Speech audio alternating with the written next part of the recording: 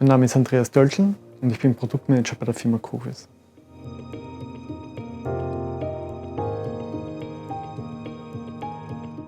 Also die neue Hardware-Generation ist an und für sich eine komplette Neuentwicklung. Es ist keine Weiterentwicklung der vorherigen Hardware-Generationen.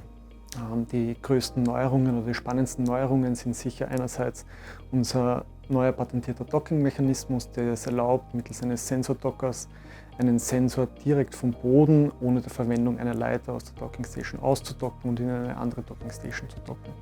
Auch die Ausrichtung des Sensors der Hardware-Generation 2.0 wird eine komplette Neuerung mit sich bringen. Dies ist nämlich nicht mehr manuell nötig dann, kann ohne Leiter durchgeführt werden. Das Ganze ist dann remote direkt über unsere Kundenplattform zukünftig auch möglich. Weitere Neuerungen sind zum Beispiel auch unsere smarte Dockingstation. Diese merkt sich die Einstellungen eines Sensors und sobald ein neuer Sensor in diese Dockingstation dann eingedockt wird, werden automatisch alle Einstellungen übernommen und das Gerät kann sofort verwendet werden.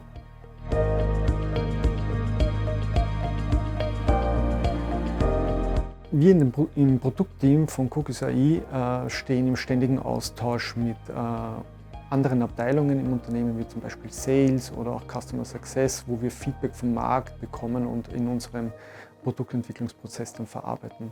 Aber wir treten auch direkt selbst mit Kunden direkt in Kontakt, wenn es um Weiterentwicklungen und Neuentwicklungen unseres Produkts geht und sind hier im ständigen Austausch mit Kunden und versuchen diese hier so nah wie möglich an unsere Entwicklung zu binden und auch so früh wie möglich einzubinden, damit wir genau die Dinge entwickeln, die unsere Kunden auch benötigen.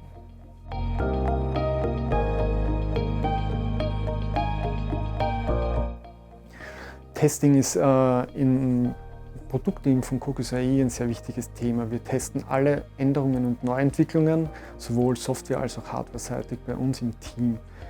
Hierzu verwenden wir einerseits manuelle Tests, die wir softwareseitig und aber vor allem hardwareseitig durchführen. Allerdings setzen wir auch Testautomatisierung ein, um hier schnell und verlässlich und in einer guten Qualität unsere Standard-Features testen zu können.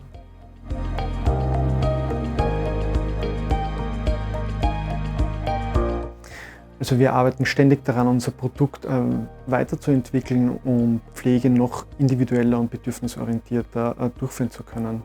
Und wir beschäftigen uns momentan auch mit Themen, die nicht nur auf das Bett selbst fokussieren, sondern auch Themen, die den Raum eines Pflegenden betreffen.